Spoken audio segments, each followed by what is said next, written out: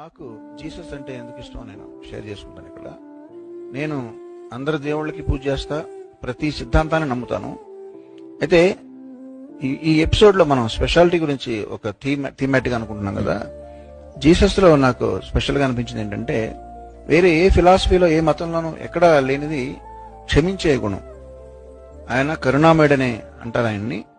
So ఆ లక్షణాన్ని అంత పరాకాష్ఠకు తీసుకెళ్లడంలో నేను వేరే ఎక్కడా నేను చదువుకున్న పురాణాల్లో గానీ హిస్టరీలో గానీ ఎక్కడ నేను తెలీదు. అది నాకు చాలా బాగా నచ్చింది. సో ప్రతి రికార్డింగ్ లోనూ ఆయన స్మరించుకోవడం నాకు అలవాటు. మా గురుగారు రాజమణి గారికి కూడా అదే అలవాటు. ఒకసారి ఆయన సైలెంట్ గా ప్రేయర్ అనుకుని అప్పుడు టేక్ వెళ్తాం అనమాట. నేను కంపోజ్ చేసిన రారా చంద్రుడు అనే ఆల్బమ్ నుంచి ఒక చిన్న పల్లవి. నీదెంతో కరుణామయా, నీదెంతో జాలి